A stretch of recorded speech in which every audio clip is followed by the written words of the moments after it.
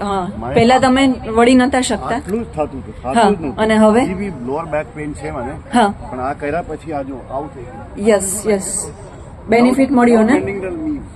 જી જો તમારી સામે જ રિઝલ્ટ છે અત્યારે 15 મિનિટ થેરાપી લીધા પછી તમને કેવું લાગ્યું? એક વર્ષથી 2 વર્ષથી એ તકલીફ છે મને, હા શેની અને પેઇન? 2-3 વાર ફિઝિયોથેરાપી કરાવ્યું, હા પણ પેન ઓછું થયું પણ ગયું નહીં. પેન હજી બી છે, હા પણ એ વરવાનું નહોતું થતું. એના Yes. લીધે હું એક્સરસાઇઝ નહોતો કરી શકતો. યસ અત્યારે આ તમે 15 મિનિટ થેરાપી લીધી એનાથી તમને ઘણો બધો વાળો I can say almost 100%. Yes તમને કેવું લાગ્યું? સારું લાગ્યું તમને? સરસ શું ફાયદો થયો? વાકી વળી ત્યારે મને મજા આવી. મજા આવી ને? પેઇન ના થયું 15 મિનિટ થેરાપી લીધા પછી તમને કેવું લાગ્યું? પેન કમ થઈ. પેઇન ઓછું થયું? જી તમને મજા આવી? તમને કેવું લાગ્યું?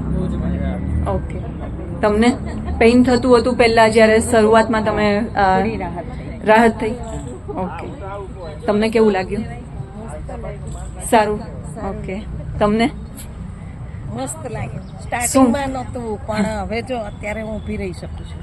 ઓકે હવે બહુ સારું લાગે. યસ સારું લાગે છે ને? સ્ટાર્ટિંગમાં 5 મિનિટ તો એમ થયું કે ક્યાં આવી ગઈ હું. હા અને 15 મિનિટ અનુભવ લીધા પછી બહુ જ સારું લાગે. સારું લાગ્યું ને? તમને પણ? ઊભા રહી શકી પેલા નહોતા ઊભા રહી શકતા, બહુ સારું લાગે. શરૂઆતમાં ઊભા નહોતા રહી શકતા પણ 15 મિનિટ થેરાપી લીધી ક્યારના ઊભા છીએ.